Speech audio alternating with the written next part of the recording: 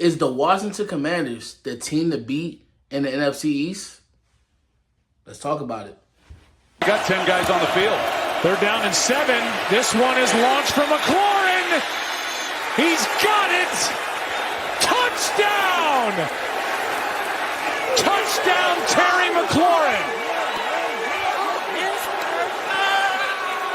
What's up, YouTube? It's your boy Shaw, back at it again with another episode of FAU Sports the Podcast, where I know it's been a minute, but we're back, right? Football season upon us. We're 3 weeks in, going into week 4.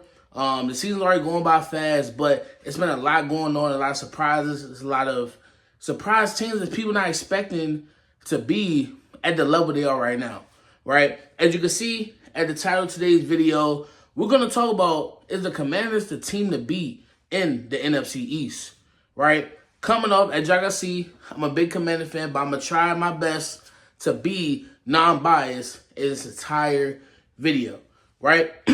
So, currently in the standings in the NFC East, Washington currently holds the first place in the NFC East on top with a tie with the Eagles at 2-1. And what brings the Commanders number 1 is that key division win versus the Giants in week 2, right? But surprisingly, the Cowboys at the bottom at 4th seed at 1-2, and the Giants 1-2. They actually have a big Thursday night football game this Thursday that's going to really determine if the Cowboys are really that, or we need to put some questions towards their scheme, their defense, and also Dak Prescott. We're going to talk about that a little bit later. But the biggest question is the Commanders the team to beat in the NFC East, right? And the reason why I'm asking that is that we're coming off a remarkable W last night against the Bengals, right? Monday Night Football, prime time. Let's really talk about Jayden Daniels, right? Because me personally, he is the best rookie QB that came out this draft class. The all glory was behind Caleb Williams. It was people talking about Drake May, right? But Jayden Daniels, the Heisman Trophy winner, to me, before we even decide looking at quarterback between Caleb and Jayden, I feel as though that Jayden is the best QB in this draft class, right? I said that back in February. I said it back when April when he got drafted, that he is the best QB and will be the best QB in this draft class, right? And so far, we're 3 weeks in, he's showing just that, right? He is showing just that, right? Not to knock on Caleb Williams, no hate towards Caleb Williams, DMV guy, PG County, much love for you, brother, but we got to keep it, the stats where it's at, right? So through 3 weeks, right, Jayden Daniels is playing phenomenal. Playing phenomenal. Of course, in week 1, we did take an L to the Tampa Bay Buccaneers, but we did bounce back against the Giants. It was some key growing points with Jayden. Learning how to slide, knowing when to run, let him not second guess him on his reads. And that really showed last night against the Bengals, right? He literally had he went 21 for 23 on his completions, which is 91%, right? 91%. Which is one of the first QBs to ever do that. I think ever since Brady and Tom Brady. I can bring up the stat. But he's the first rookie QB to ever put up those type of stats with that completion percentage in the entire league, right? 294 with 39 rushing yards, basically a total of 340 total yardage, 3 touchdowns, right? No turnovers, right? That's going to be the key aspect within Jayden Daniels. He knows how to take care of the football. Other than Caleb Williams, he's only completed 53% of his throws and has 5 turnovers. Now, O-line issues have been going for the Chicago Bears, right? It has been. But compared to Jayden Daniels, man, the O-line's playing phenomenal. They're playing for him. He's utilizing his weapons. Austin Eckler, Brian Robinson, finally getting Scary Terry in the mix. Yesterday with 2 beat bombs, right? We've been fiending to get Terry the ball, right? You know what I'm saying? Speaking of Terry McLaurin, top tier playmaker, one of the best underrated wide receivers in the league, right? And I really think I really think NFC East is wide open, right? It's really wide open. Now, the Commanders, they do have to improve on the defensive side. The D-line is decent. Secondary needs some work a lot. That's going to come with time, but we need to lock in on defensive end because we can't be allowing 30-plus points and expecting to win multiple games. We need to eliminate those big plays, explosive plays, literally play into our zone. If we want to run zone, we got to run a tight zone because we really want a soft cover zone and really going to allow wide receivers to literally get 10-plus yards every single game, right? But back on track with the Commanders, this team is very young. Jaden Daniels is showing people that he's him.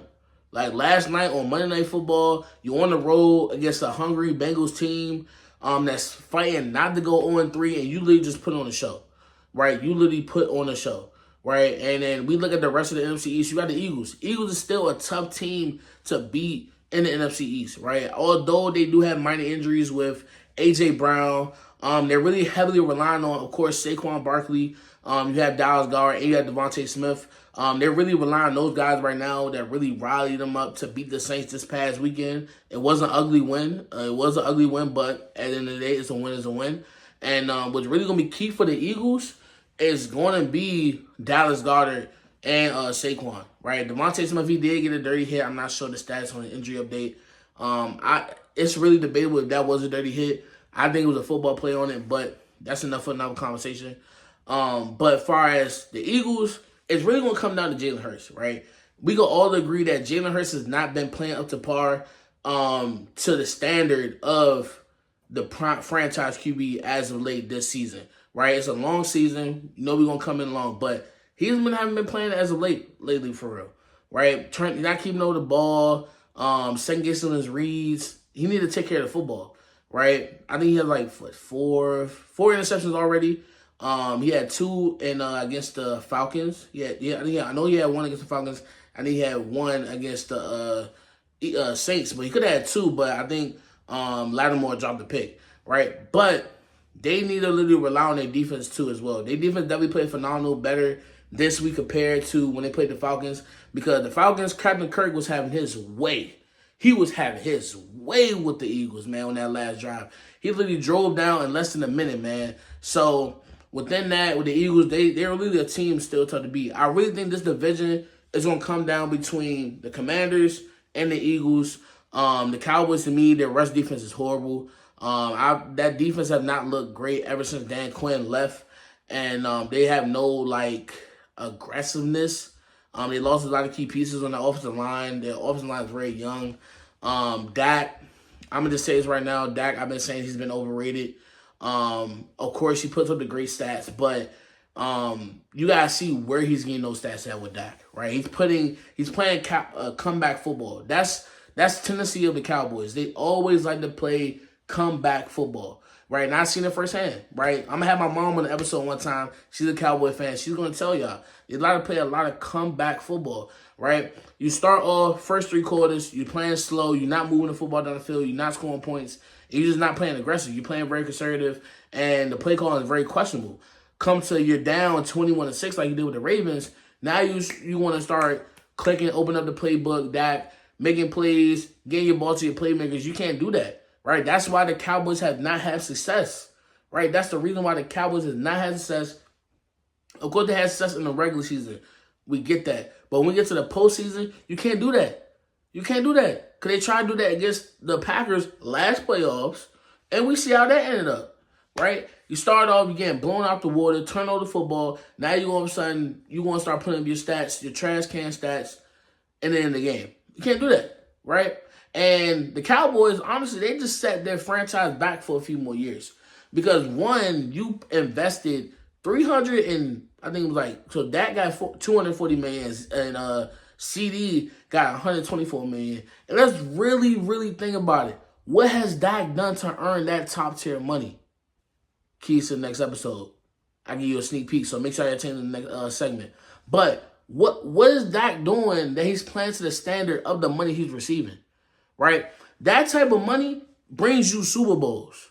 That type of money has Super Bowl appearances. Dak doesn't have that. Dak can go the second seed and you're out in the first round. Right? And we all say, don't blame Dak on this. It could be the defense, yada, yada, yada. Let's talk about it like this. This is literally a team's game. You cannot blame it all on the defense. Once the defense get off the field, your offense getting the ball back. right? Your offense get the ball, and what your offense do? Turnover, then your defense back on the field, you get tired. If Dak want to show me that he could be a top tier, top 5 QB in this league, he has to show me he could play for 4 quarters. He have not shown me that so far this season, and making a deep run into the playoffs. With the Cowboys, it's either Super Bowl or bust. Right? If they don't make it to the Super Bowl, that's a waste of $240 million. That's a waste of $124 million for CeeDee Lamb if they don't make it to the bowl. They have had the record. They have had everything, but they literally cannot make it to the bowl. Right? And you're investing that much money, and you still have a dominant edge rusher and Michael Parsons still on the edge, still waiting to get paid. I think he's going to be leaving after this season. Right? Let's talk about the last Giants. The Giants. The Giants is really a team that, how I would say it? They should end last in the division. I'm being honest with you, based off Daniel Jones. I hope y'all don't get fooled with Daniel Jones. Like, I know he's been playing solid as of late, right? But Daniel Jones is bound to Daniel Jones. Let's all be honest, right? And based on the Browns game I seen, I think the 50-50 ball he gave to Malik Neighbors. Malik Neighbors, let's just start right there. Malik Neighbors is a stud. He's a stud. And Malik Neighbors is going to be the reason why he saved Daniel Jones' job again. Like Saquon saved Daniel Jones' job. My bad. Yeah. Saquon saved Daniel Jones' job. Like Malik Neighbors is about to be. Right? Because I think the 50-50 ball, that was a clear pick. But Malik is such a stud. He snatched it out of his hands. He said, give me those. And got the first down.